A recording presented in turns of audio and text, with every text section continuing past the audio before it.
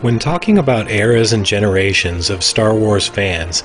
it's easy to just think of people as growing up with one of the three trilogies. Folks who grew up in the 70s and 80s grew up with the classic trilogy, those who grew up in the late 90s and early 2000s grew up with the prequels, and people just becoming Star Wars fans now, and especially kids, are coming in with the sequel trilogy. But one thing that's often forgotten is how much longer it was between the classic and prequel trilogy versus the prequel and sequel trilogy. So for a small amount of us that were born right in between the original and prequel trilogies, we actually spent most of our childhood in an era that's called Legends now, and is now no longer considered part of Disney canon, though more on that later. So, much like the name says, I'm going to talk about what it was like growing up in the Legends era of Star Wars fandom.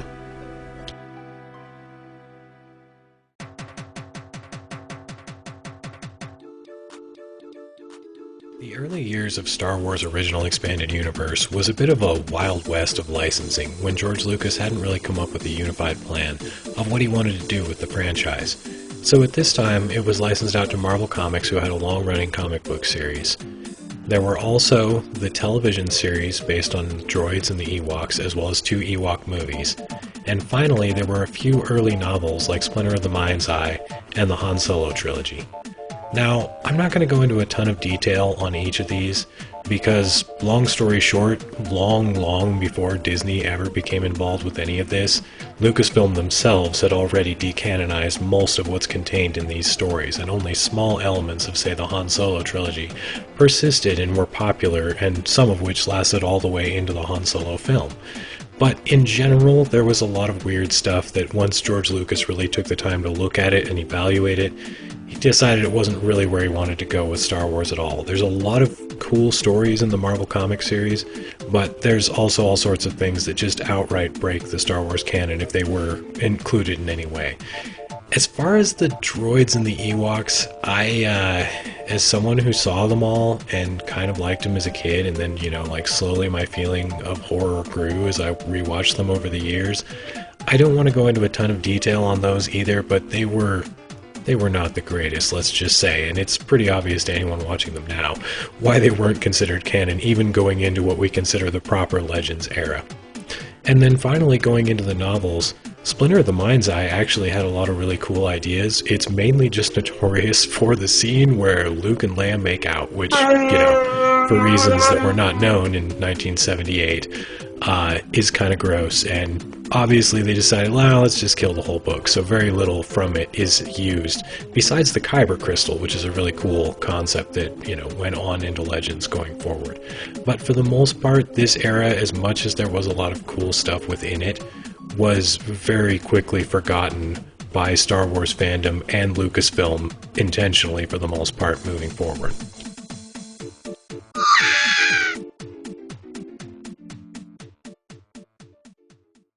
Before moving on into the sort of heady heyday of Star Wars Legends, I do want to just touch briefly on some of the video games of the early years. Now, although there were a few games like X-Wing and TIE Fighter that started to sort of introduce expanded universe elements,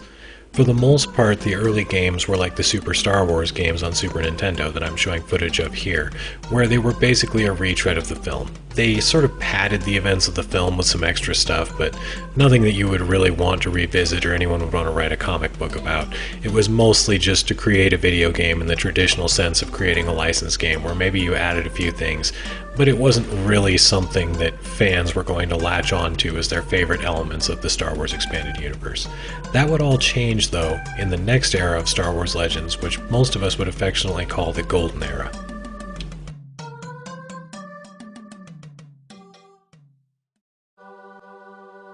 "1995 was the year that most of us would remember as when the Star Wars Expanded Universe really kicked off with a bang, when respected science fiction author Timothy Zahn started his trilogy of books with Heir to the Empire. Now, the thing about these stories that really set them apart from everything that had come before was how believable it was as real expansions to the Star Wars story. Set about 5 years after Return of the Jedi, These books introduced a new threat in Grand Admiral Thrawn, who was a very respected and feared leader of the Imperial Remnant, and showed that the Empire was not instantly destroyed by the death of the Empire, and wove a believable narrative of how the New Republic had to rebuild the galaxy and deal with these ongoing threats. Now, also this series introduced fan-favorite character Mara Jade, as well as, narrative headache, the Ysalamiri, which are basically furry lizards that create an anti-force bubble around themselves. Yeah, they could be a whole video on themselves, but for some reason, both Lucasfilm and Disney keep recanonizing them. Now, these books weren't the only part of Lucasfilm's 1995 merchandising push. It also was when we saw the reintroduction of Kenner's Star Wars action figures, which had not been produced since the 1980s. And also we saw the early LEGO Star Wars sets around this time, and it was the beginning of all sorts of things that I'll go into a little more later. But the Timothy Zahn trilogy, or just the Zahn trilogy as many of us refer to it now, was what pretty much single-handedly took Star Wars' expanded universe from being around the level of the RoboCop cartoon or similar properties like that to something like Star Trek, where things that appeared in the books and comic books were serious and respectable enough that the writers of the shows and movies might even bring those in and make those official elements that you saw on the screen in the future. It really felt like it fit right in, and this was the real Star Wars finally that we hadn't seen since Return of the Jedi left the theaters in 1983. Another element of the mid-90s expanded universe that is often forgotten by many because a lot of people were introduced to it with the video games is the genesis of the Old Republic aspect of the Star Wars Legends canon, something that would honestly become more dear to many of us than even the Zahn trilogy, and is argued about, debated about, and fought for by fans to be reintroduced in some way or another in the current Disney Star Wars canon. Now, this saw its genesis with Dark Horse Tales of the Jedi comic books, and these started out originally telling how the Jedi rediscovered the Dark Force users who had now become the Sith Empire, and introduced the conflict of the Jedi versus the Sith. And while this would evolve into what is almost a whole expanded universe of its own, it saw its genesis in these early comics that tried to portray what some of this Jedi history that had been hinted at in the movies was really all about, and how the Jedi became the way they were today. Encouraged by the success of their initial marketing push, Lucasfilm decided to attempt their most ambitious project yet in 1996, Shadows of the Empire, which was a multimedia project that attempted to combine a book, a video game, some comic books, and a series of action figures, and probably some other trading cards and random things I'm not remembering, to create basically a movie between The Empire Strikes Back and Return of the Jedi, and tell some of the story of how the rebels went about eventually rescuing Han Solo after doing a bunch of other weird stuff. But that's beside the point. It was a huge effort to create basically another full chapter in the Star Wars saga that would feel like it fit right at home. And at least at the time, a lot of us were very mind-blown by the prospect, and especially, I'll admit, by the graphics of the Nintendo 64 game that you're seeing right now from its original trailer that may not appear very impressive at the moment. But we were blown away by this concept at the time, and it really made it feel like the sky was the limit for Star Wars Expanded Universe, and that there were really no lines anymore between the films and the Expanded Universe content. The mid to late 1990s also brought a renaissance in Star Wars video games. Star Wars games went from being pretty good for movie-based games to a totally legitimate extension of the universe where you could experience it from different perspectives, like Kyle Katarn, the Grey Jedi, in the Jedi Knight series. And from this point on, there was a string of really good Star Wars games in the Rogue Squadron games, and of course I'd be remiss not to mention the Knights of the Old Republic games that introduced most people to that era of the universe. These games were not only just good as video games, but each one of them had that same feeling of the Zahn trilogy as being legitimate entries in the Star Wars saga that were telling a different side of the same story in a believable way that felt like it could be taking place right alongside, right before, or right after things that you'd seen in the movies. And the level of quality as a licensed product really raised the bar for a lot of things in a time when movie-based video games were generally not very good at all, and usually didn't pay respect to their subject material in a way that fans really treated it more as like, oh, hey, cool, I get to jump around as Spider-Man, that's great. But Star Wars games really raised the bar on that and made it feel like a game could be a legitimate way of telling a side story to a film franchise.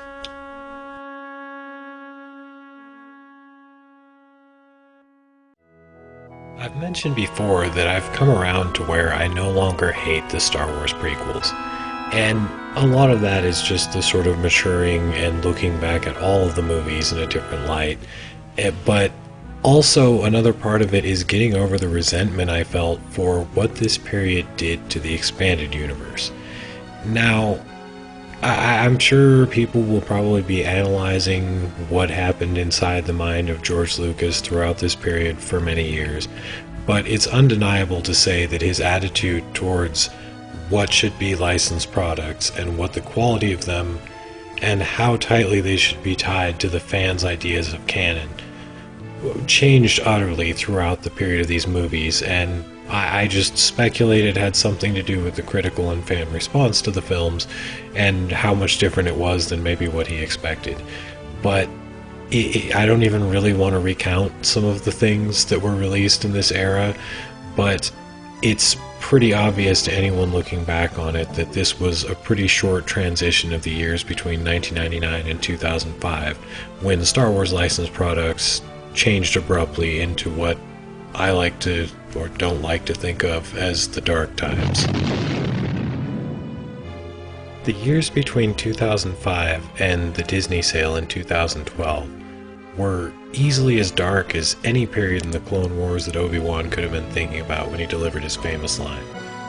Now, this was not just for the fans consuming the products, but also for the people working for George Lucas. No one really seemed to have a clear idea of what he wanted to do with the Star Wars franchise and where he wanted the expanded universe to go, or if any of this stuff was just going to be thrown out when he made whatever potential sequel movies he may or may not make. So the people working on this expanded universe content found themselves in very dubious positions. Now, some of them spent a lot of time and energy trying to reconcile elements in the prequels with some of the existing expanded universe that now, of course, has become Legends. But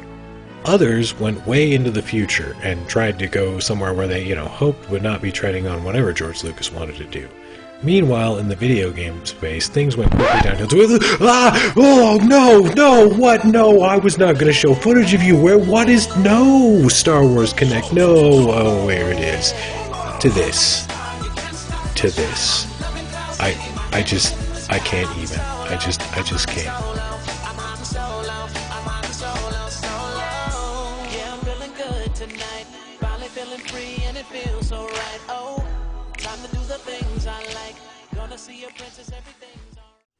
I'm really sorry for doing that to you. Well, okay.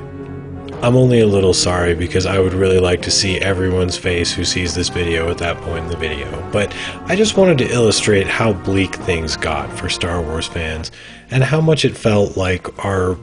almost religious devotion to this fandom had been really thrown on the ground, stomped upon repeatedly, and then turned into a rug to be stomped on some more.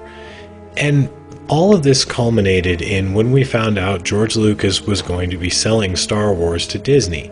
And as bad as that seemed to a lot of us, very shortly after that, Disney announced that they would be declaring all of Star Wars Expanded Universe as Legends. And although they would still sell it and allow it to be published, it would no longer have any bearing to any products going forward. Now, you might expect from the way I preface this video and my obvious cynicism towards Disney that this would be the part where I say that they're the worst thing that ever happened to Star Wars. Well, I have to say, I was pretty surprised when, after everything Disney said about declaring Legends non-canon, how many Legends elements they've already reintroduced into their new canon. And even further than that, how many things have now become major elements of the stories they're doing going forward. Basically, it looks like Disney is going to be doing their version of the Zahn trilogy in the upcoming live-action and CG television shows. And in addition to all the cool stuff that we've seen before, including nods to even characters like Revan being introduced to the new canon, it, to me, honestly, is a really exciting time as someone who grew up in this era of Star Wars fandom, because as much as I know that other people feel that Disney's time at the helm of Star Wars has taken something from them, you can still, sometimes with a little bit of trouble, obtain the original versions of those films just as they were, and nothing's really been taken away from you. For a lot of us who spent all that money on all of those other products, it felt like it was all just nothing, and it was gone, and we'd wasted our time and money, and all the stuff that we'd invested our interest in memorizing little details about the universe was a big waste. And that somehow being redeemed is an amazing feeling, I have to say, and I'm really not disappointed in what Disney's doing, and I have a lot of optimism for the future of the franchise going forward. Thanks for watching. I'm Ryan Lecoq, and this has been What It Was Like.